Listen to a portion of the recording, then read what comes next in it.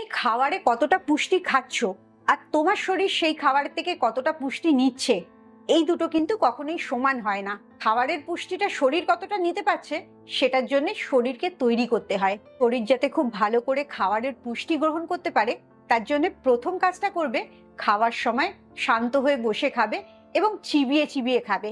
যত ভালো করে খাবারটা চেবাবে তত ভালো খাবার থেকে পুষ্টিটা শরীর নিতে পারবে। 2 নম্বর কাজ হচ্ছে সারা দিন ধরে অল্প অল্প করে জল খাওয়া। কোষগুলো যখন জল পাচ্ছে ঠিক করে কাজ করতে পারছে, আর তুমি যে খাবারটা খাচ্ছ তার পুষ্টিটাও ভালো করে নিতে পারছে। 3 নম্বর লক্ষ্য রাখতে হবে, কোনো রকম স্ট্রেস বা অ্যাংজাইটি করলে চলবে না। স্ট্রেস অ্যাংজাইটি হওয়া মানেই তোমার খাবারের থেকে শরীর পুষ্টিটা নিতে পারছে না, শরীরের কোষগুলো স্ট্রেসে চলে যাচ্ছে। 4 নম্বর কাজ, ভালো করে ঘুমাতে হবে।